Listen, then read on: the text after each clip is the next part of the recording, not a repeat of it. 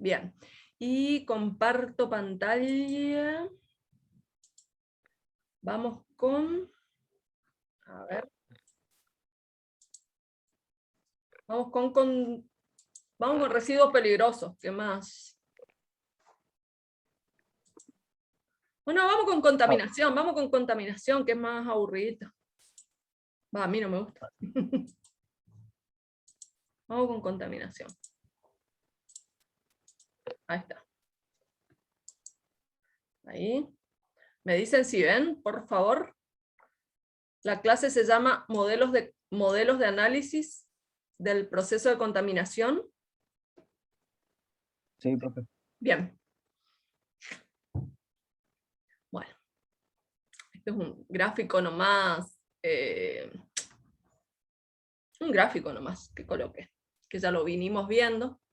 Que es el tema de los distintos compartimientos. Y bueno, y los distintos procesos que podemos ir viendo.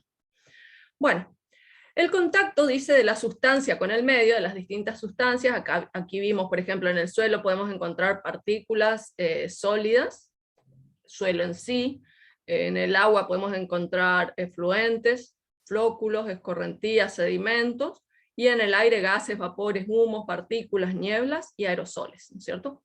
Entonces, el contacto de la sustancia con el medio receptor, esta era la sustancia y este es el medio receptor, dice, se denomina exposición, que eso ya lo veníamos viendo, y en ello tiene que ver, dice además, la forma química o la especie, depende cómo, ese sería el término técnico, y la masa de la sustancia que toma contacto con el medio receptor, dice. Las características de la superficie de contacto e intercambio. Por ejemplo, la piel, el tracto digestivo, el pulmón, depende. El mismo aire, el mismo suelo. Esto era un ejemplo a nivel hombre. El concepto de disponibilidad, que también ya lo habíamos visto, dice, está relacionado con el concepto de exposición. Cuanto más, a ver, un segundito nomás que quiero ver acá. Aquí. Esto, ahí está. Bien. Cuanto más disponible está la sustancia, potencialmente va a ser su exposición, digamos. Va a ser, mientras más sustancia haya disponible, más probabilidad de exposición a esa sustancia vamos a tener. Bueno, y aquí este gráfico creo que también ya lo habíamos visto, que están las plantas, los animales, los microorganismos en los distintos medios, terrestres o acuáticos. Y por ejemplo, en el agua puede haber bioacumulación o liberación de ciertas sustancias, que podría ser sedimentos o agua. En el suelo también se puede producir la absorción o la liberación.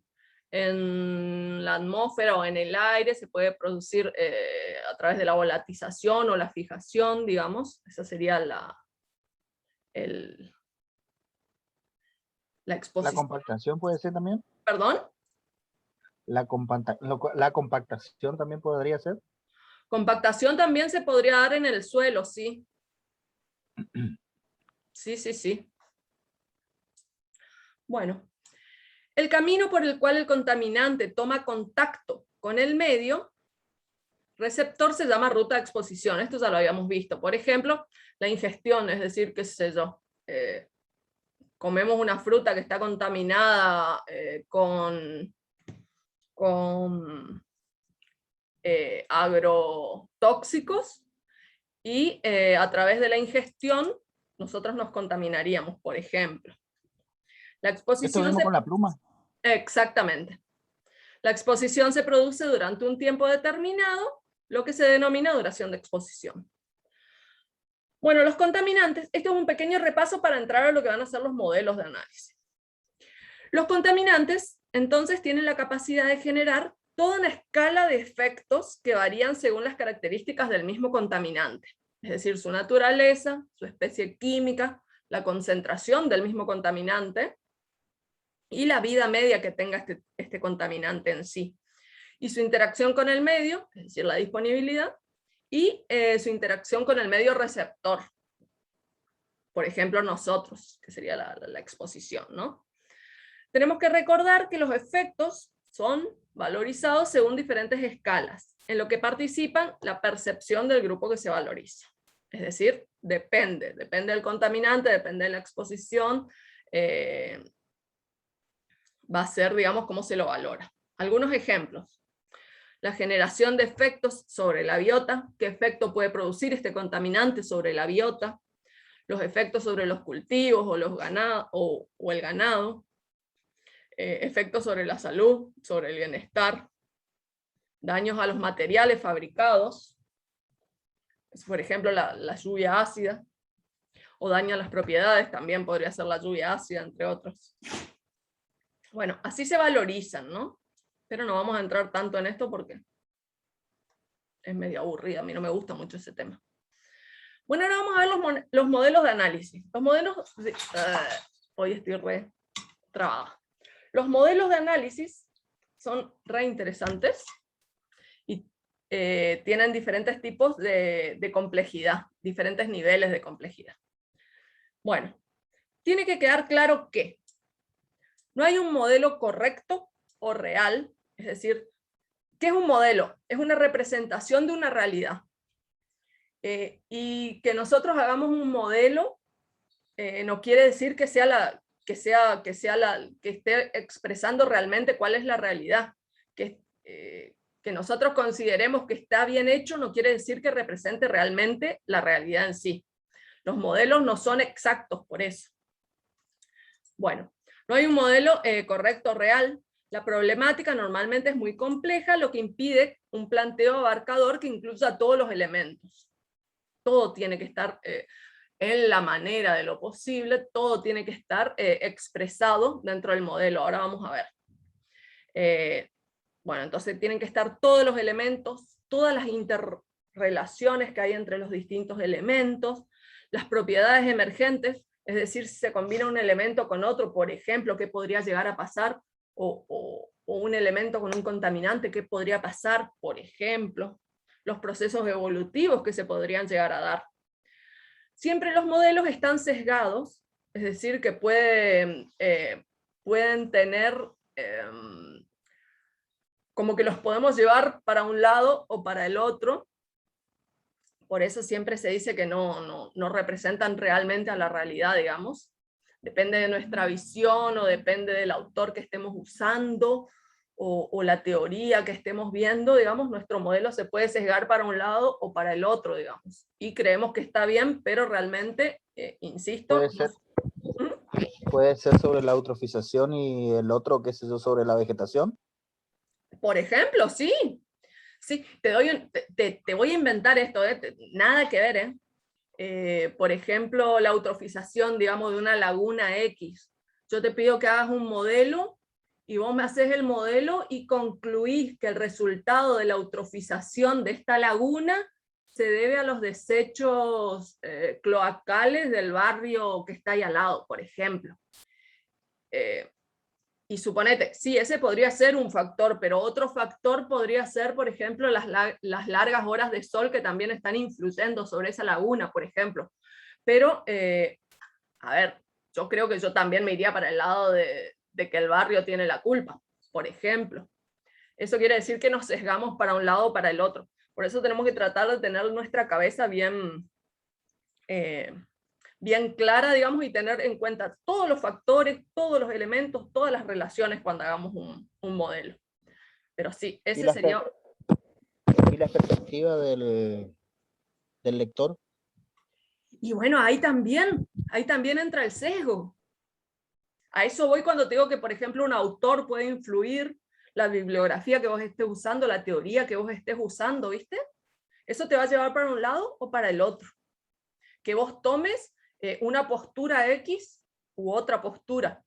Lo ideal sería no tomar postura, pero es imposible. Es imposible. Siempre nos vamos a tirar para un lado. El tema es tratar de representarlo lo mejor posible al modelo. No hay modelos adecuados a diferentes fines. Es decir, no existe un tipo de modelo que yo voy a aplicar exclusivamente a este tema. La eutrofización voy a usar este modelo. No, no existe. Dice, contando con que inevitablemente se van a producir simplificaciones de la realidad, porque no, ¿qué quiere decir simplificaciones de la realidad?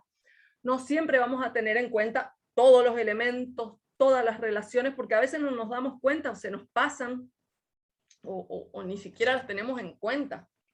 Se nos pueden llegar a pasar un montón.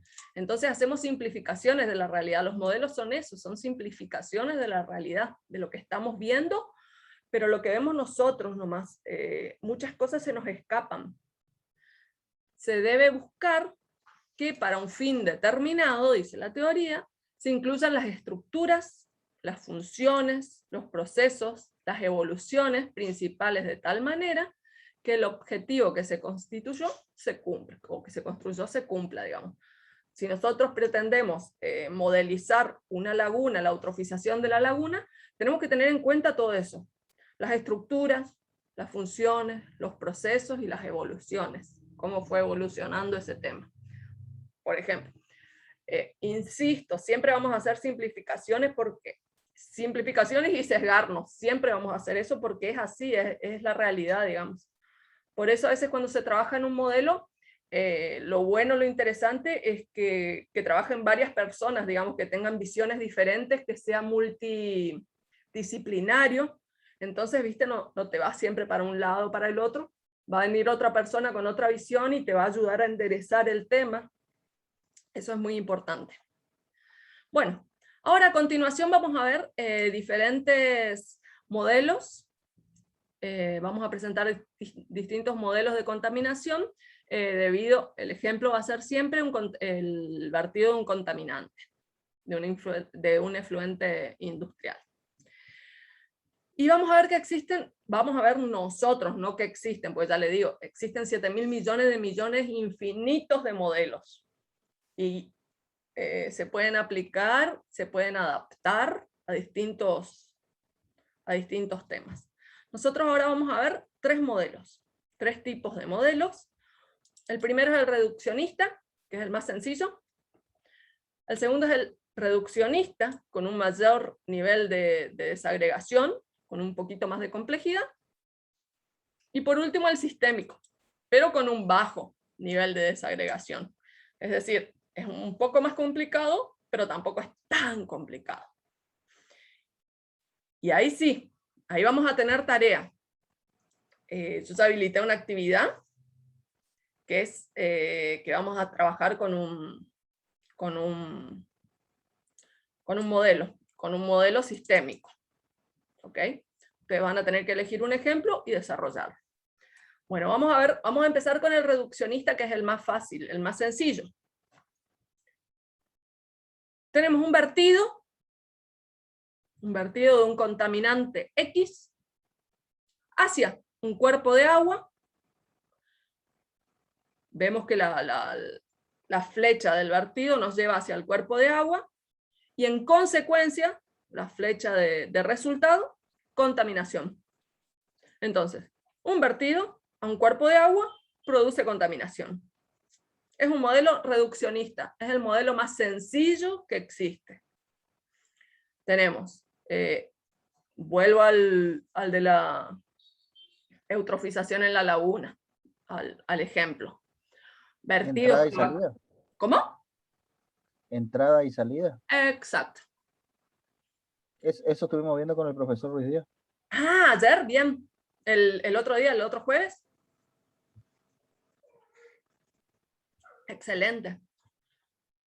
Tenemos el vertido cloacal, por ejemplo, al cuerpo de agua, y la respuesta sería la contaminación que produce eutrofización, por ejemplo. Tendríamos otra flechita más nosotros.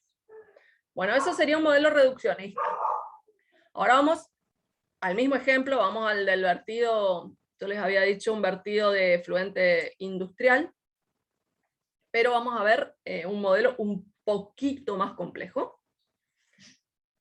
Tenemos el ingreso del contaminante al cuerpo de agua, con asimilación del contaminante, es decir, comienza a actuar el contaminante en el cuerpo de agua, es decir, comienza a contaminarse ese cuerpo de agua, y como producto, contaminación. Que ya es un poquito más complejo del que habíamos visto. Vertido, cuerpo de agua, contaminación, este es. Ingreso del contaminante al cuerpo de agua, comienza a producirse la contaminación y se produce la contaminación. Nada más, una flechita más. Ahí ya tenemos un grado más de complejidad. Profe, Sí. disculpe que le moleste, pero... No, por favor, si para eso estamos. Así tiene que ser. Le consulto, ¿tiene que ser lineal? Porque también podría estar contaminación luego del resultado del análisis, de la asimilación, ¿o no? Ahora vas a ver, eso mira, fíjate, es la próxima parte. Cuando es tan simple es lineal porque no queda otra, porque es muy simple. Pero ahora fíjate, ahora vamos a ver el sistémico, el modelo sistémico, y ahí viene lo que vos decís. Te digo, a veces es muy raro hacerlo simple, creo que es más difícil que hacerlo sistémico, ¿eh? Ahí vamos. Fíjate, tenemos el ingreso del contaminante al cuerpo de agua y comienza a asimilarse la contaminación. Comienza a producirse la contaminación. Ay, un segundito, que se me perdió acá. 2 segundos, 2 segundos.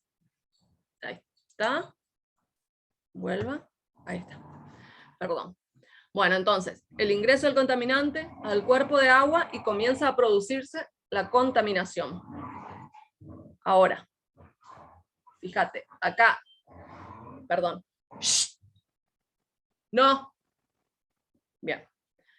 En el cuerpo de agua, dice, la calidad del agua para recreación comienza, estamos analizando en sí el cuerpo de agua, ¿para qué usamos ese cuerpo o se utiliza ese cuerpo de agua?